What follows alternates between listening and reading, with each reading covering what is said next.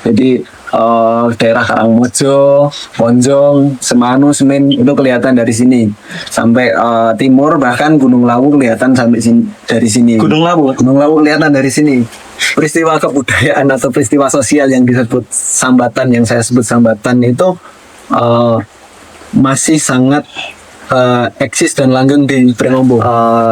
Nanti bisa meninggal dan lain sebagainya, sehingga biasanya main ilmu pengetahuan sing diwariskan simbah-simbah iki ora ilang, tetap lestari. Di sini saya menuliskan beberapa sumber mata air yang ada di Pringombo ini cenderung yang sumber-sumber yang tua. Jadi selama berpuluh-puluh tahun di sini itu Pak Ratno beberapa kali mengalami kecelakaan gitu. Terguling gitu. Kalau di sini ada fotonya teman.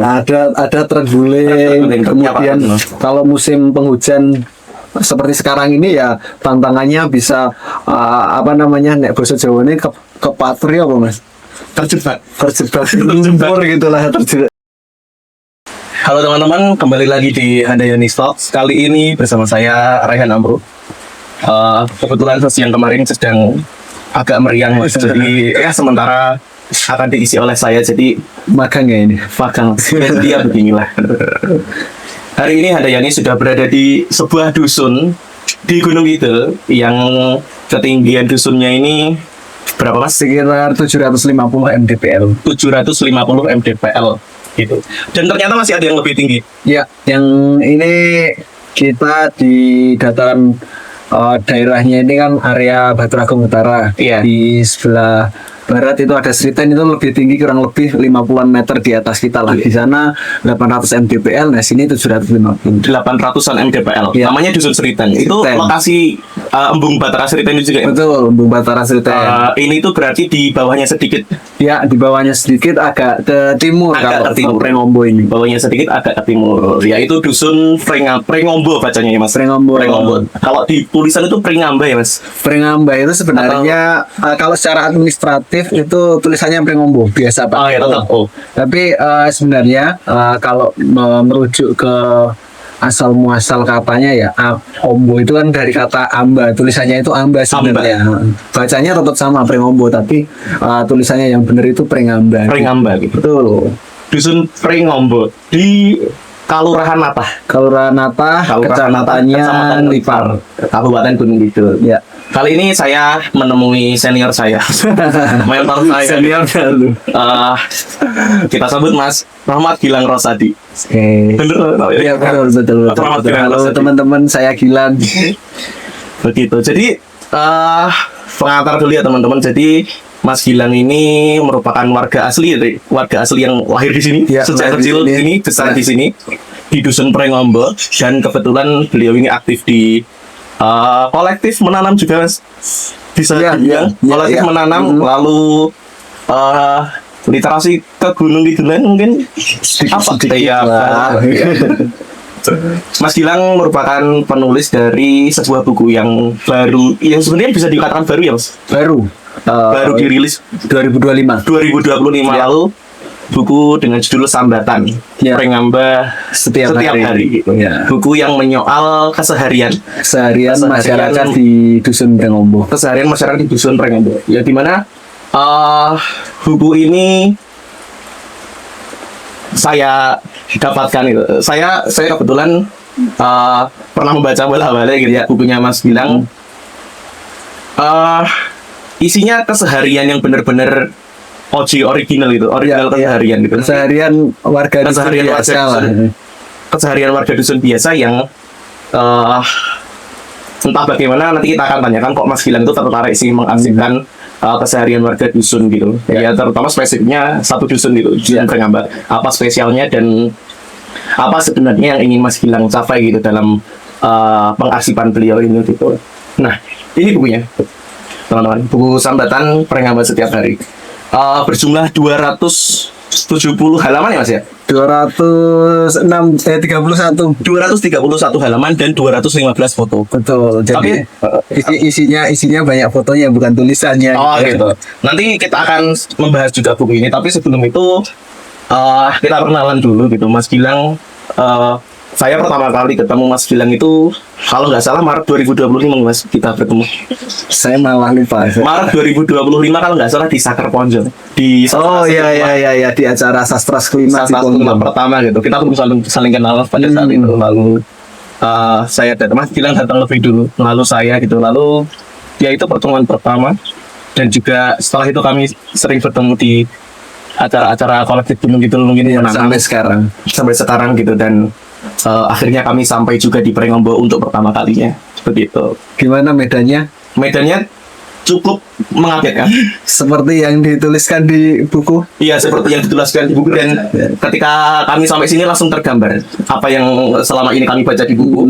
Hanya membayangkan. Ya. Ketika sampai di sini langsung terbayar gitu, tuntas gitu. Oh seperti ini. Nah kita akan bahas buku nanti dulu gitu. Sebelumnya kita mau tahu dulu latar belakang Mas Gilang. Mungkin Mas Gilang bisa menceritakan Pringombo di luar buku dulu. Mungkin masa kecil Mas Gilang di sini bagaimana? Oke, yang membentuk Mas Gilang sekarang? Ya, Pringombo seperti yang tadi disampaikan Mas Rehan ya di awal, Pringombo itu salah satu dusun yang ada di Gunung Kidul, tepatnya di daerah pojok sisi utara di deretan Pegunungan Baturagung Utara di Kelurahan Ratah, kemudian kecamatannya Nglipar. Nah, Pringombo ini bisa dibilang salah satu dusun yang kalau misalnya mau datang ke sini cukup lumayan effort ya. Jadi bayangannya begini, jadi Pringombo itu berada di ketinggian 750 mdpl. Nah, untuk jarak ke jalan beraspal itu kira-kira ditempuh waktu 15 menitan yang itu medannya terjal nanjak gitu. Nah,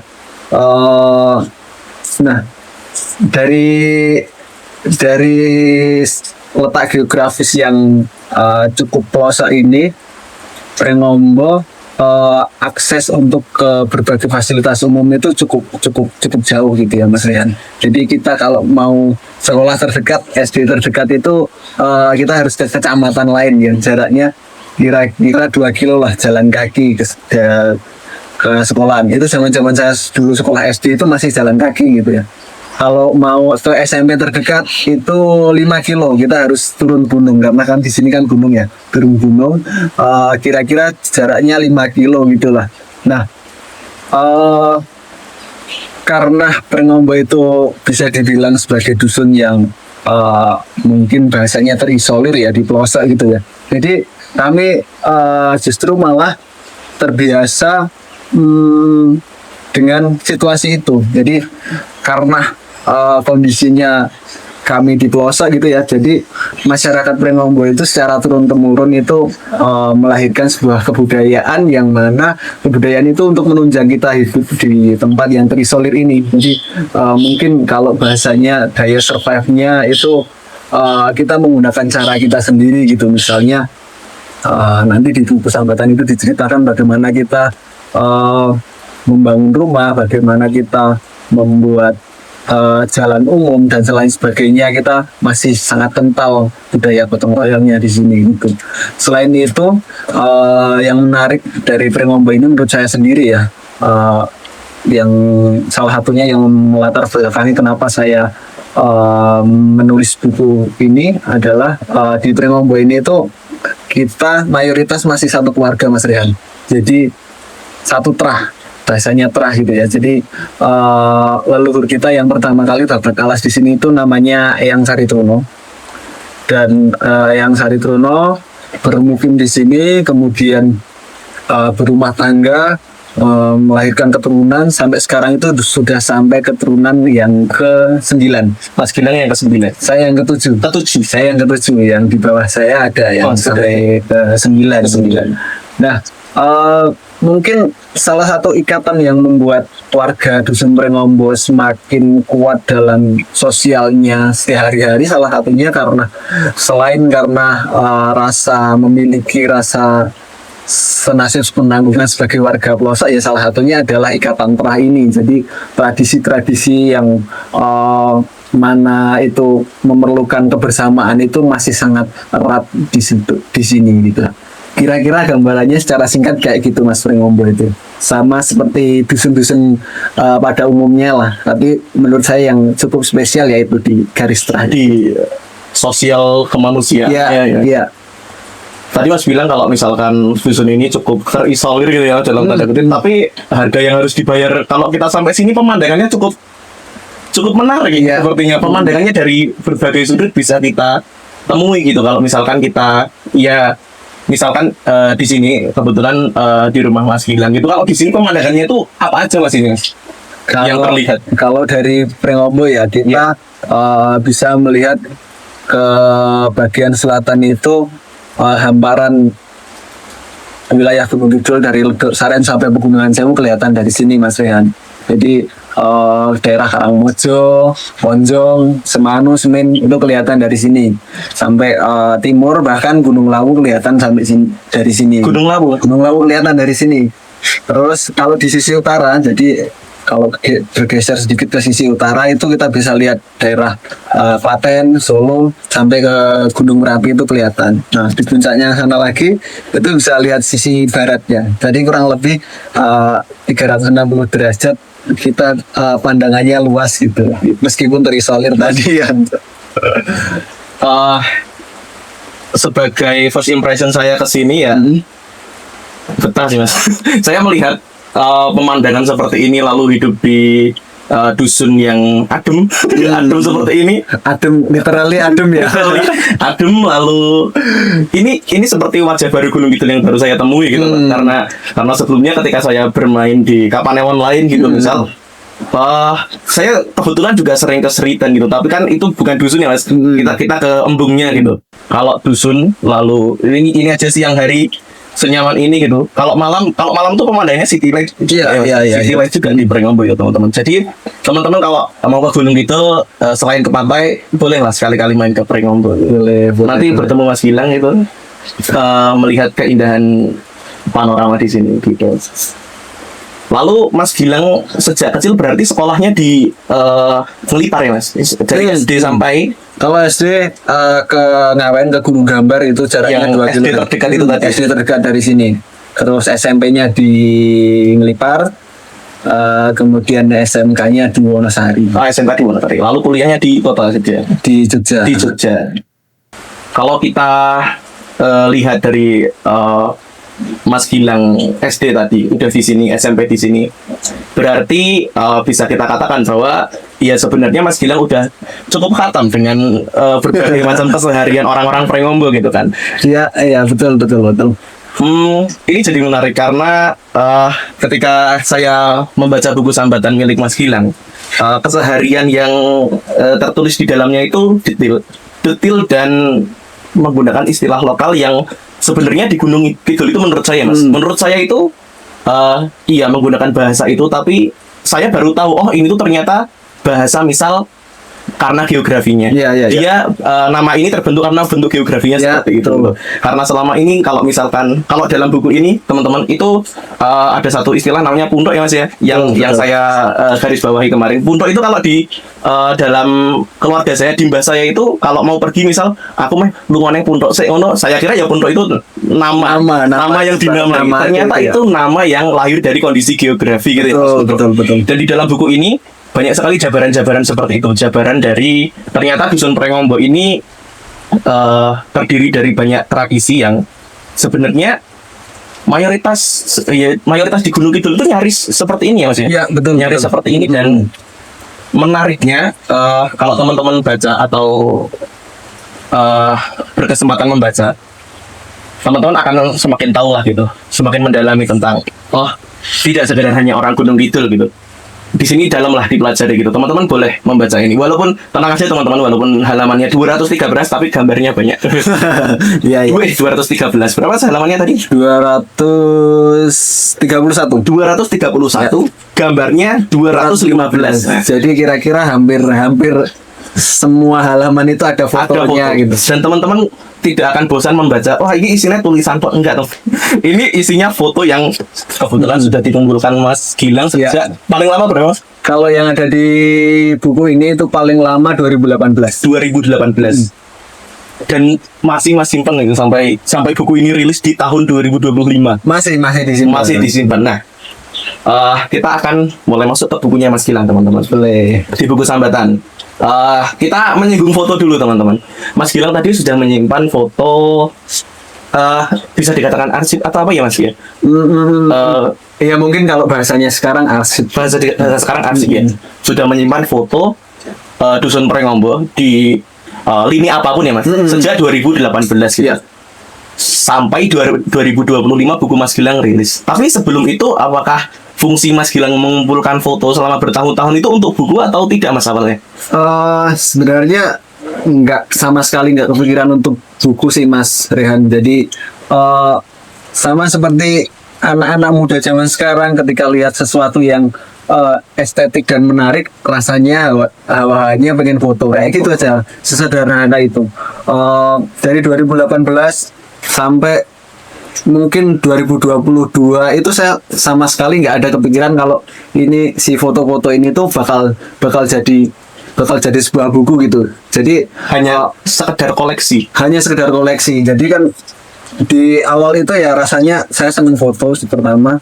Yang kedua rasa-rasanya peristiwa-peristiwa keseharian yang ada di dusun saya di Prengombo itu kok menarik gitu loh. Dan waktu itu bahkan sampai sekarang ya, yang ada di pikiran saya ya hal-hal koyong ini kira bakal terulang lagi gitu loh. Entah peristiwa Sambatan, entah peristiwa apa itu, meskipun akan ada sambatan-sambatan yang berikutnya ya, tapi saat itu ketika momentum itu aku yakin bahwa iki menarik banget untuk diabadikan gitu loh. Peristiwa gotong royong, peristiwa bahu membahu untuk dalam hidup bermasyarakat ini tuh suatu saat ini kayak bakal hilang nih. Dan eman-eman kalau misalnya saya sebagai warga lokal, saya sebagai pemuda lokal kok kurang duwe foto nih, ranyimen foto nih. Kayak misalnya gini deh Mas Rehan, kalau kita belajar sejarah itu kan mesti ono foto nih.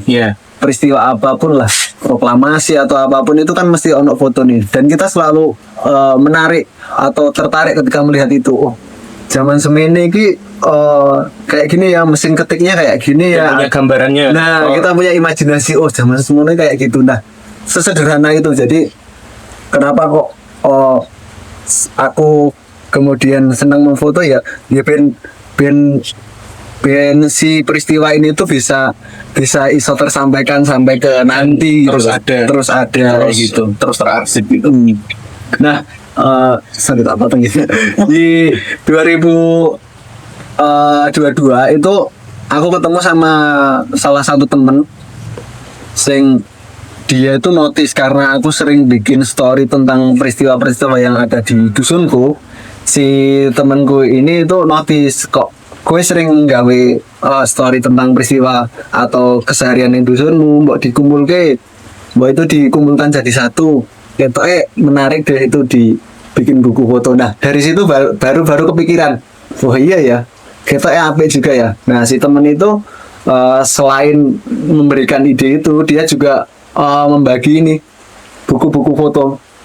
Jadi entah buku foto yang online karyanya orang-orang luar negeri atau buku-buku foto dari seniman-seniman Indonesia, itu beberapa dikasihkan ke aku dan untuk referensi itu ya. Untuk referensi. Dan ketika dulu kita iso deh foto-foto sing wingi-wingi tak datek kayak iki dan apik gitu. Gitu sih Mas kan. Awalnya kayak gitu. Lalu saya sempat dengar bahwa format dari buku Sambatan ini sebelumnya malah bukan buku ya Mas ya? Bagaimana itu Mas ceritanya? Setelah 2022 ketemu temen itu, di 2023 itu mencoba nyusun si foto-foto yang udah ada sebelumnya itu jadi sebuah semacam zine gitulah Mas. Jadi di print di kertas book paper ukuran A4 terus di staples gitulah, kayak zin-zin. Berapa halaman? Biasa itu waktu itu 80 halaman. 80. Untuk sekelas zin sih udah proper itu sebenarnya Mas. Lumayan lah. Tebel gitu 80. Kalau secara halaman mungkin proper, tapi kalau layout dan lain-lain kayak jauh deh kalau dari kata zin, karena waktu itu ya layoutnya nganggo pakai pakai Word gitu, terus ya foto nih caption kayak gitu. Pas Zin itu berarti Zin itu terbitnya di 2022. Bisa dibilang nggak terbit sih karena Terpublikasi gitu. ya terpublikasi karena ya itu waktu itu kebutuhannya buat pameran di salah satu pameran di Gunung Kidul waktu itu. Terus dicetak beberapa eksemplar gitu. Terus cuma ya dibagikan ke teman-teman aja. Dan waktu itu responnya teman-teman itu udah lumayan bagus. Bahkan teman-teman di Jogja, di luar Jogja itu ketika lihat zinku itu di luar dugaanku sebelumnya gitu loh. Karena kan niatnya awal cuma buat pameran, ternyata responnya teman-teman positif banget, banyak yang seneng dengan adanya zin itu.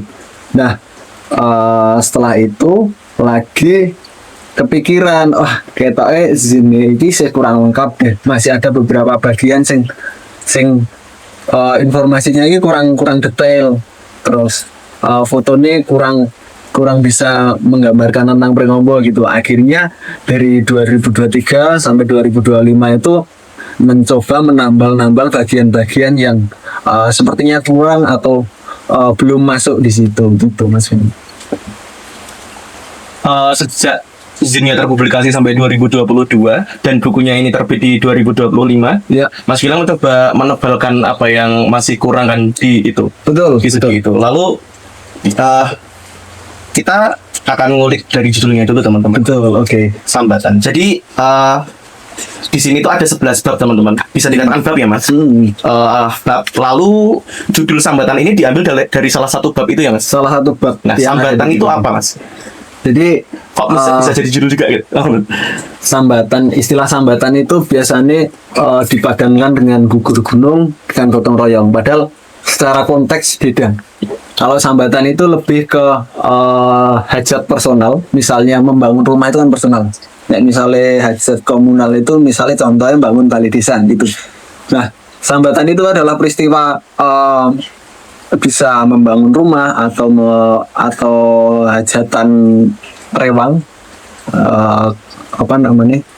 pernikahan kayak gitu.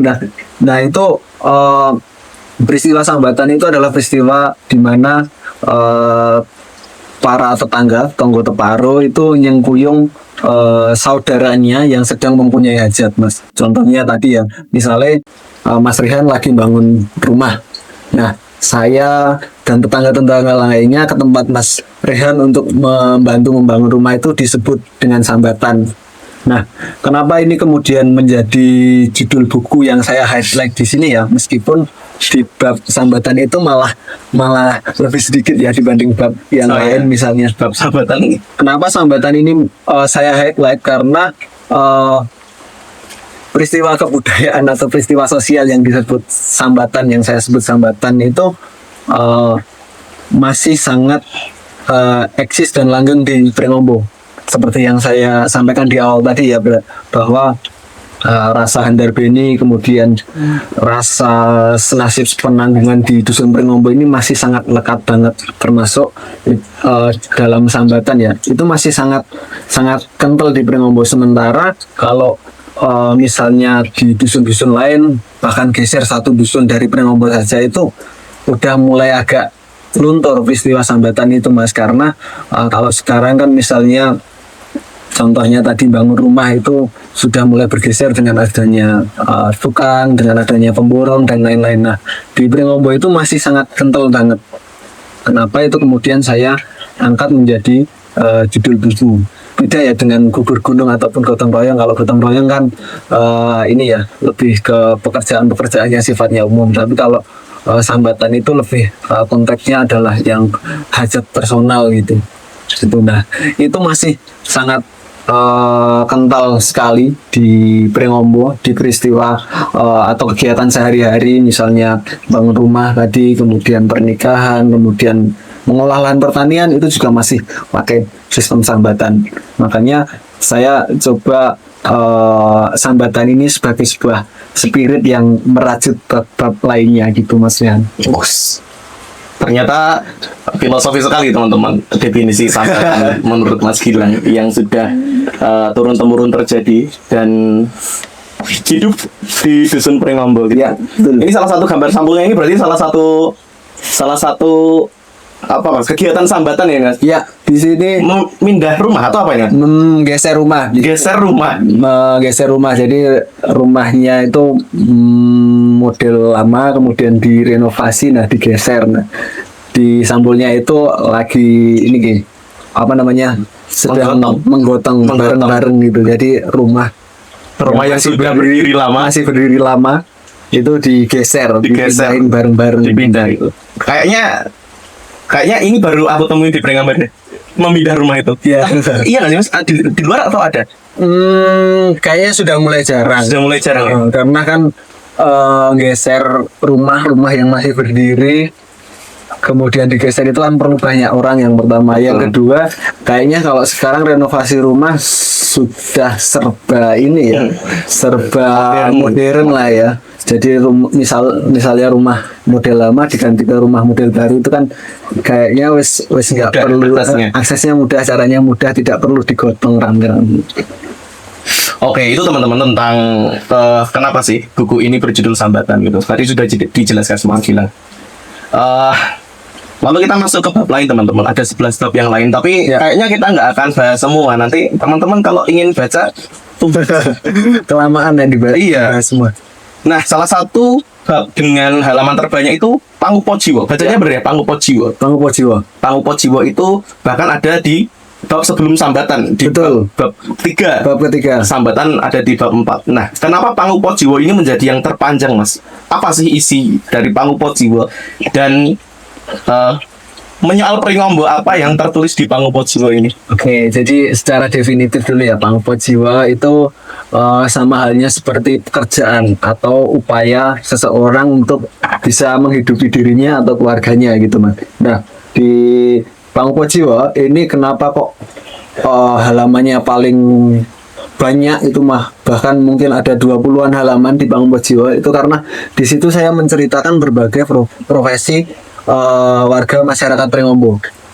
Ada macam-macam mulai dari sektor pertanian, kemudian peternakan, kemudian ada kerajinan, ada olahan makanan dan macam-macam. Itu saya coba menceritakan bagaimana sih carane wong Pringombo itu bertani, carane wong Pringombo itu mengolah lahan pertaniannya, kemudian mengelolanya untuk menjadi sumber kehidupannya mereka. Makanya di situ lumayan banyak gitu ya mas, karena memang kalau secara profesi mayoritas masyarakat dusun Pringombo itu profesinya sebagai petani di sektor pertanian gitu ya. Yang kedua selain bertani, masyarakat Pringombo mayoritas juga itu berternak. Ada yang berternak sapi, kemudian kambing, ada beberapa yang ayam juga. Nah, ini kan semuanya saling berkaitan gitu ya. Jadi dari banyak profesi utama pertanian itu ternyata kembangannya banyak nih. Ada yang membuat gula, ada yang membuat manggleng dari singkong dan macam-macam lainnya. Nah, di bab Pangupojiwo ini coba saya hadirkan foto yang saya miliki saja ya. Dan di situ saya coba rangkai dan ternyata lumayan banyak di situ hasilnya gitu. Kalau selain foto ini mas, riset dari pekerjaan yang tertuang dalam bab Pangupojiwo ini, bagaimana mas mendapatkan ini kalau bisa dikatakan riset ya mungkin riset pekerjaan secara mendalam di ini mungkin nyaris mencakup seluruh dusun Pringombo. Iya. Segala mata pencaharian dan juga kegiatan keseharian, aktivitas itu tertuang di Pangupojiwo ini. Bagaimana mas merangkum itu semua, itu satu dusun ini dalam satu bab buku Pangupojiwo ini? Kalau bicara riset ini jadi sesuatu yang menarik ya, karena katanya riset ini kayak akademisi yang dari luar terus datang ke sebuah desa sebagai sampelnya gitu kan. Tapi kalau saya mungkin kalau menggunakan bahasa riset tadi ya, bagaimana caranya riset ya justru malah saya sebagai warga dusun Pringombo ini caranya melihat ke dalam gitu. oh apa sih pekerjaannya warga Dusun Pringombo, terus bagaimana caranya mengolah itu, misalnya pertanian, oh sistem pertaniannya kayak gimana, kemudian cara mengolahnya bagaimana, sampai mungkin cara distribusi atau penjualannya bagaimana. Nah itu risetnya, caranya itu ya dengan ngobrol mas. Jadi justru saya dengan membuat buku ini justru malah semakin merasa nggak tahu gitu, meskipun saya warga Dusun Pringombo yang sejak kecil lahir di sini dan besar di sini, itu malah justru semakin merasa nggak tahu tentang Pringombo gitu loh. Padahal besar di sini. Besar di sini gitu, tapi setelah riset tadi ya, setelah ngobrol dengan simbah-simbah, ngobrol dengan tokoh masyarakat gitu, jadi oh ternyata gini ya. Karena dalam proses riset atau jagungan itu malah banyak ilmu yang disampaikan oleh simbah-simbah di dusun sini gitu. Jadi mereka bercerita bagaimana zaman biyen ini gitu, terus mulai kayak gini sampai sekarang caranya seperti ini. Itu jadi malah jadi aku malah jadi sinau baru, oh ternyata belajar lagi gitu ya. Dan mungkin itu juga yang jadi menguatkan ya, kita buku itu tuh jadi deh supaya si ceritanya simbah-simbah, ilmu pengetahuan dari nenek moyang kita itu iso tersampaikan, diteruskan gitu. Karena kan mau nggak mau generasi kan terus terus berjalan. Kita yang muda sesok dari tua, yang tua nanti bisa meninggal dan lain sebagainya, sehingga ya caranya main ilmu pengetahuan sing diwariskan simbah-simbah iki ora ilang, Tetap terjaga. Tetap lestari. Apa yang ini menurut Mas Gilang ya? Apa yang menurut Mas Gilang itu ini paling berubah secara signifikan dari Pangupod Jiwa ini? Sejak Mas Gilang kecil mungkin melihat bahwa oh ini tuh udah ada perubahan, misal mungkin dari profesi ya. Ada perantau yang semakin masif dari tahun ke tahun mungkin, atau semisal ada profesi baru yang itu mungkin tidak apa ya mungkin ke kota gitu mas. Ya kayaknya bukan peternakan pertanian gitu, kayaknya itu hampir melihat itu tidak, kayaknya itu hampir terjadi hampir terjadi di seluruh gunung gitu deh kayaknya itu. Jadi ya memang nggak tahu ya gimana ya, realitasnya sekarang kan memang profesi yang diturunkan oleh nenek moyang kita, bapak-bapak kita, simbah-simbah kita itu kan mulai bergeser ya. Iya. Pertanian bukan lagi menjadi sebuah profesi yang diinginkan oleh teman-teman muda sekarang, termasuk saya mungkin ya, termasuk Mas Rian juga ya. Karena gimana ya, bertani dan bertahan hidup dengan cara yang diwariskan oleh nenek moyang kita atau simbah-simbah kita itu kan hari ini rasa-rasanya berat gitu ya, mesti era modernisasi yang sekarang, yang teknologi sudah di genggaman kita itu kan rasa-rasanya kayak nek tani wis ra gaul lah gitu. Nah sama di Pringombo juga seperti itu mas, sampai generasi saya ini yang kemudian tetap tinggal di Pringombo dan melestarikan profesi orang tuanya bertani itu juga makin hari makin sedikit gitu. Dan lagi-lagi nek balik ke buku tadi, menurutku justru ini jadi momentum yang pas buat saya, buatku untuk merekam peristiwa-peristiwa ini. Karena lagi-lagi kalau menyadari ini semuanya bakal mulai bergeser, kehidupan ini mulai bergeser, kok eman-eman banget nih misalnya orang diabadikan atau disimpan. Cukup dalam teman-teman bab Pangupod Jiwa di bab 3 ini gitu. Bahasannya bab-bab seperti skripsi ini mas, padahal dia tidak tertulis bab begitu. Padahal tidak menyebutkan bab ya. Tidak menyebutkan bab tadi agar mempermudah aja teman-teman gitu. Nah, di buku Sambatan ini teman-teman, Mas Gilang itu selalu menempatkan foto itu pasti ada tanggalnya spesifik. Ya. Misal ada foto orang ngarit itu ada tanggalnya pasti. hari tanggal bulan tahun ya. Jadi agak-agaknya Mas Gilang ini menjunjung tinggi kejujuran. Ini bukan foto palsu ya teman-teman. Kalau misalkan foto dari luar prank combo, Mas Gilang juga tulis foto tidak berlokasi di prank combo seperti itu. Ini yang membuat saya juga hobi foto kebetulan Mas. Jadi merasa yang sebelumnya acuh gitu terhadap fotografi sesederhana apapun, jadi merasa oh iya sih, ternyata emang upaya memotret dan juga menyimpan itu menjadi sesuatu yang penting gitu. Seperti halnya kita kalau misalkan ingin tahu, kalau saya ya Mas, saya ada satu hari gitu, aku penasaran lah, pengen lihat Gunung Kidul itu di masa Hindia Belanda gimana sih, fotonya angel digolek gitu Mas. Betul. Kayaknya kalau hal seperti itu terjadi di masa mendatang oleh cucu-cucu kita besok, terus angel golek Gunung Kidul sing tahun 2000 ya agak gimana gitu ya Mas. Jadi ini cukup menggugah kami untuk terus memotret dan mendokumentasikan keseharian terutama ya Mas, hal-hal yang sebenarnya tidak terpikirkan oleh orang lain untuk didokumentasi gitu.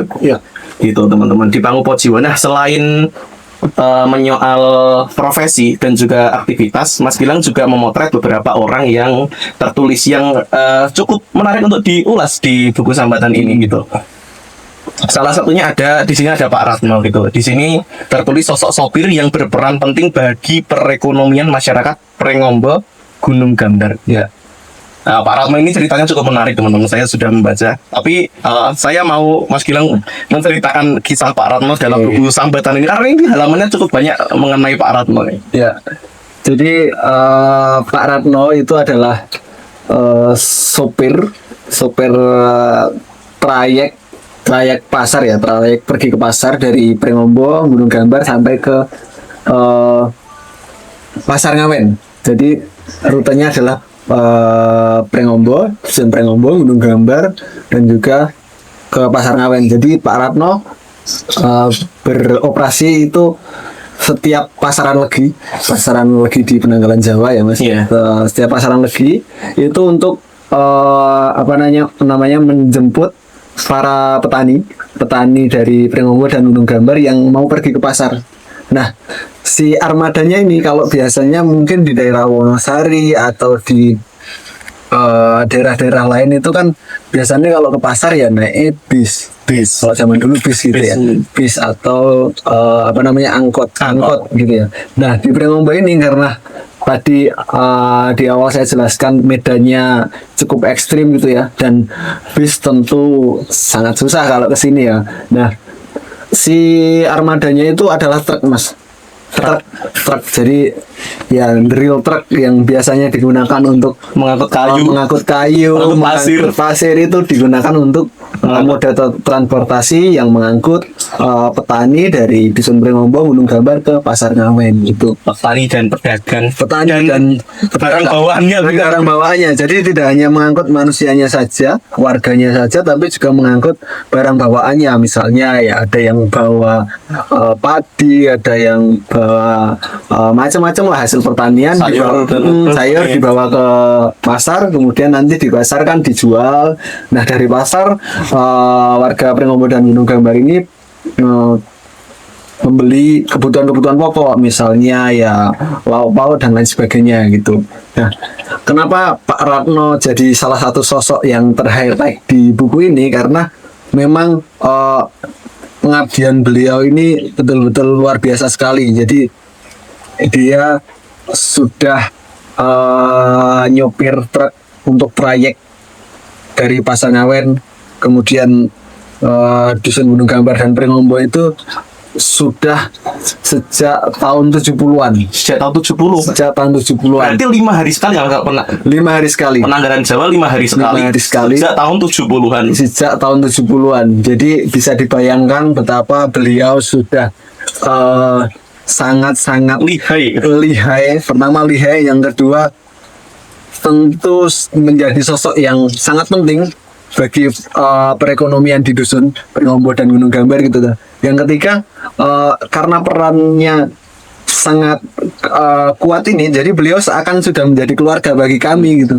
Jadi eh, relasi antara warga Dusun Pringombo, Gunung Gantar dan Pak Ratno ini sungguh sudah sangat erat gitu. Nah, itu yang kemudian menjadi rasa-rasanya jadi alasan yang paling kuat buat saya kenapa harus menuliskan Pak Ratno di sini. Nah, di dalam buku ini saya menceritakan berdasarkan yang saya wawancara dengan beliau, saya menceritakan bagaimana kenapa awalnya memilih trayek ini, kemudian dinamika atau tantangannya selama berpuluh-puluh tahun menjadi supir truk trayek ini itu apa saja. Nah, di sini saya ceritakan semuanya. Mungkin nanti teman-teman bisa lebih detailnya di sini. Iya, teman-teman bisa baca. Bisa baca di sini. Jadi kurang lebih tantangannya begini ya, karena memang medan dari Ngawen ke Gunung Gambar kemudian ke Pringombo itu terjal. Jadi selama berpuluh-puluh tahun di sini itu Pak Ratno beberapa kali mengalami kecelakaan gitu. Terguling gitu, Mas. Kalau di sini ada fotonya, teman-teman. Ada terguling. Kemudian kalau musim penghujan seperti sekarang ini ya tantangannya bisa nek bahasa Jawa ini kepatri apa, Mas? Terjebak di lumpur gitulah, terjebak di lumpur gitu. Itu sudah jadi makanan sehari-hari kalau musim penghujan bagi Pak Ratno gitu. Berarti ini tertulis juga di sini. Saking lamanya Pak Ratno juga gonta-ganti kernet ya, Mas. Betul. Pak Ratnonya masih bertahan, kernetnya gonta-ganti. Tapi di sini tertulis juga kernetnya itu tidak dipecat ya, tapi mengundurkan diri ya. Iya. Karena memang kan selain sopir, tugas kernet itu kan juga tugas asisten. Menjadi asisten istilahnya. Itu kan sangat penting banget tuh, Mas. Misalnya truknya nggak kuat kan ya kudu sikap untuk ganjel. Yang kedua tentu membantu turunkan barang bawaan petani gitu. Jadi memang bukan tugas yang mudah lah gitu. Dan Pak Ratno ini baru saja pensiun sekitar 2 tahun yang lalu. 2024, 2025 mungkin. Sekitar 2024. Sekitar 2024 Pak Ratno pensiun. Tapi udah ada penggantinya belum ya? Sekarang sudah ada yang lebih muda lagi. Jadi Pak Ratno 2024 akhir kalau nggak salah itu pensiun karena memang usia beliau sudah sepuh. Jadi usianya sudah sekitar 70-an tahun lah.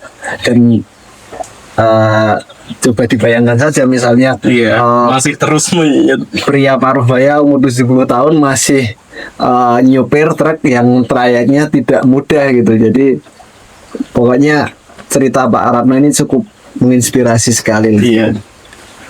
Hal seperti ini yang membuat saya speechless terkadang, karena ketika tidak ada seorang pun yang mengarsipkan nama satu orang yang jasanya itu sangat berjasa, kita nggak akan tahu bahwa orang itu pernah ada di sejarah kehidupan warga-warga Pringombo. Betul. Jadi Mas Gilang, mungkin bagi Mas Gilang sederhana menulis sopir truk yang selama 5 hari sekali itu dari Pringombo mengantarkan ke Pasar Ngawen ya, Mas, tujuannya tadi Pasar Ngawen. Tapi ya selama bertahun-tahun juga itu yang menghidupi juga perputaran ekonomi hidup dari beliau dan lain sebagainya. Bahkan kayaknya kalau misalkan nggak ada truk pun akan sedikit kesulitan ya, Mas, mengakses itu semua. Ya meskipun sekarang kan sudah banyak yang punya mobil pribadi atau motor gitu ya. Tapi tetap peran Pak Ratno ini tidak begitu saja terganti kan, gitu. Karena kan ya kalau motor kan terbatas ya, misalnya harus bawa hasil pertanian kan paling bisa berapa karung sih, 1-2 karung. Tapi kan kalau ada moda transportasi yang armadanya lebih besar kan sangat membantu gitu lah. Begitu teman-teman. Sedikit kisah tentang Pak Ratno di bahasan Pangupot Suwo ini. Betul. Nah, kita akan sedikit mundur ke bab yang lain gitu. Ya kita nggak sah ngomongin Gunung Kidul kalau nggak ngomongin air ya. Apalagi kita ketemu Mas Gilang kalau nggak ngomongin air rasanya ini kalau lupa ngomongin besok kesini lah. Kita ngomongin air. Nah, di buku Sambatan ini bab pertamanya itu sumber, teman-teman. Betul. Yang menyoal mata air di Dusun Pringombo. Jadi ini untuk teman-teman yang ngarani Gunung Kidul tapi ringan, sebentar ya teman-teman. Di sini Mas Gilang sudah mengarsip mendata berbagai sumber mata air yang eksis sih Mas. Mungkin ya pernah eksis dan eksis Ya. di dusun Prengombo. Nah mungkin Mas Gilang bisa menjelaskan satu persatu ini dan fungsinya berbeda-beda ya Mas ini sumber-sumber ini. Sumber itu mata air ya teman-teman. Bagaimana Mas? Jadi sebenarnya nek menarasikan Gunung Kidul apa namanya serba kekeringan itu kayak belum mengenal Gunung Kidul. Dulane kurang atuh gitu Wah, Mas Rian. Karena Gunung Kidul itu banyak sumber air dan banyak wilayah-wilayah di Gunung Kidul itu yang namanya itu berdasarkan sumber air itu. Toponim ya? Toponimnya karena sumber air. Misalnya Beji Harjo, Beji itu kan semacam delik atau kolam gitu atau sumber rejo, berarti kan ada sumbernya di sini. Nah, di Pringombo pun begitu. Jadi karena kalau di Pringombo itu kan cenderung sumber air cukup mudah ya, karena kita kan di pegunungan, agak berbeda dengan saudara-saudara kita yang ada di Pegunungan Sewu ya. Sumber airnya karena dalam kan jadi agak susah. Nah di sini ini cenderung gampang Mas Rehan, apalagi musim penghujan kayak gini. Jadi banyak kayak di belakang rumah itu di sela-sela batu itu muncul airnya itu banyak. Nah di sini saya menuliskan beberapa sumber mata air yang ada di Pringombo ini cenderung yang sumber-sumber yang tua. Oh tua. Tapi Karena masih digunakan nggak? beberapa masih digunakan. Ya, jadi kenapa kok sumber air yang tua? Karena saya meyakini betul bahwa sumber-sumber air itu zaman dulu itu jadi penopang kehidupan masyarakat gitu, dan perannya itu sangat penting dan betul-betul dijaga oleh warga gitu. Misalnya di sini ada sumber duren. Sumber duren itu salah satu sumber tertua yang ada di Pringombo. Di situ ada pohon ringinya besar di sumber duren yang mana sampai sekarang masih sering dibersihkan, masih diopeni itu, dan setiap setahun sekali setiap rasul itu selalu dibersihkan. Nah itu kan semacam cara penghormatan terhadap sumber air itu sebenarnya sejak dulu oleh nenek moyang kita itu sudah dilakukan Mas Rian. Mungkin di daerah lain pun hampir sama ya di gunung itu. Tiap bersih desa itu pasti yang dibersihkan itu pertama kali adalah sumber air yang biasanya adalah cikal bakal dusun gitu yang dituakan gitu. Nah, saya ingin coba menampilkan atau memotret sumber air yang dulu itu mempunyai peran besar bagi masyarakat gitu ya. Meskipun kalau di era yang sekarang ini kan sudah mulai bergeser ya ke Pamsimas misalnya atau ke PDAM. Nah, justru karena itu kenapa kok sumber air ini harus dilestarikan? Salah satunya mungkin dengan memotret ini menjadi sebuah upaya kecil untuk memperpanjang ingatan kita terhadap salah satu sumber yang ada di Pringombo gitu. Salah satu ya itu tadi ya teman-teman, sumber duren aja. Nah, masih banyak yang lain. Teman-teman kalau misalkan mau melihat boleh main ke Pringombo. Boleh ke Pringombo. Yang saya highlight tadi ternyata banyak ya Mas Gilang nama-nama toponim gitu, asal muasal nama daerah ya bisa dikatakan. Betul. Di Gunung Kidul yang ternyata itu tuh berawalan dari berdasarkan air gitu ya Mas ya. Berdasarkan air gitu, dan ya mungkin narasi Gunung Kidul kekeringan itu bisa dikaji ulang mungkin. Betul. Dikaji ulang ya mungkin ada juga ya Mas ya. Ya adalah salah saudara kita beberapa tempat itu yang kesulitan mengakses air, tapi kan tidak kemudian menjadi rata bahwa Gunung Kidul itu kekeringan. Oke, Mas, dalam buku ini kan mayoritas informasi dan penggalian itu kan dilakukan secara tutur ya Mas, dari Simbah ke Mas, dari orang-orang sini ke Mas gitu. Kalau menurut Mas Gilang itu gimana sih? Ini umum ya Mas, secara masyarakat Gunung Kidul itu menyikapi arsip tutur seperti itu gitu. Kita harus apa gitu? Karena saya menyadari gitu ya Mas, kalau arsip tulisan dan lain sebagainya itu cukup sulit ditemukan kalau menyoal Gunung Kidul. Iya. Kalau kita menemukan arsip lisan, lalu tutur dari simbah-simbah kita yang mungkin baru kita tahu dan baru kita dengar, bagaimana cara kita menyikapi dan merespon itu, Mas, agar itu tetap arsip lisan itu tetap terjaga dan bisa lestari gitu, Mas. Ya. Jadi sebenarnya pengetahuan yang diwariskan nenek moyang kita itu kan pengetahuan yang luar biasa ya, meskipun hari ini sering kali dibenturkan dengan narasi ini tidak ilmiah dan lain sebagainya. Nah, justru poinnya tidak di situ gitu. Bagaimana kalau saya melihatnya ya, bagaimana si warisan atau si tutur ini tuh ya nyatanya bisa menjaga sumber air kok misalnya, atau nyatanya si warisan atau tutur ini justru malah bisa menjaga alam Gunung Kidul kok. Nah, menurutku pribadi ya Mas, sebagai anak muda misalnya atau warga Gunung Kidul, ya justru malah kita harus percaya diri dengan tutur-tutur oleh nenek moyang kita itu ya. Lah ngopo harus menggunakan narasi ilmiah sing jauh dari kita ya, bukan dari kita, sementara simbah-simbah adewe itu sudah punya tutur yang sebenarnya tutur itu ya ilmiah gitu. Bagaimana dan terbukti karena kan kalau tutur itu sebenarnya mungkin secara kasat mata itu kan tidak dituliskan secara ilmiah. Iki sing menemukan teknologi ini atau tutur ini tuh simbah siapa, itu kan nggak ada.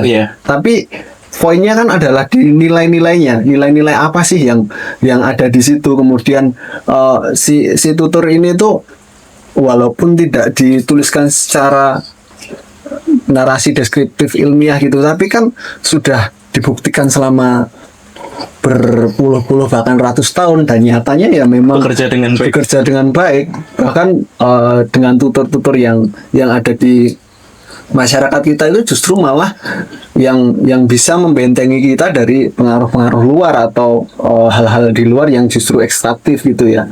Dan kalau aku menyikapinya gini Mas Rihan, ketika entah itu narasi tutur atau pengetahuan lokal yang ada di sekitar kita, itu kalau misalnya bukan kita yang mulai nguri-uri, itu ya siapa lagi gitu. Misalnya gini ya, narasi tutur atau pengetahuan lokal itu kan kalau bagi kita yang di dusun itu atau di lokal itu kan yang dekat dengan kita gitu loh, yang seharusnya tahu, yang seharusnya mencatat itu ya IDW gitu, harap sapa meneh gitu, masa arep jaga ke wong luar gitu. Kalau jaga ke wong luar sing nuliskan atau yang mengarsipkan itu malah jadi rasa-rasanya ya sing gunung itu sapa gitu. Contoh misalnya kita ngobrol kayak gini, podcast kayak gini ya, terus di situ ada kameramen di belakang kita. Ketika IDW ngobrol itu kan sing ngerti obrolan ini ya IDW Mas. Sementara kameramen itu melihat kita sebagai objek. Kalau kita kan ya subjeknya, kita pelakunya gitu loh Mas. Jadi misalnya wong jopo terus penelitian yang unamu terus dia merumuskan ini ngerti apa gitu. Sementara bukan bermaksud untuk mengecilkan teman-teman akademisi dan lain-lain ya, tapi ini menurutku lebih ke sudut pandang saja. Jadi daripada misalnya orang lain dari luar itu menarasikan kita, ya mending dewe yang menarasikan. Kita juga berhak menarasikan diri kita sendiri gitu. Pun itu misalnya konteksnya adalah fotografi, videografi atau dan lain-lain.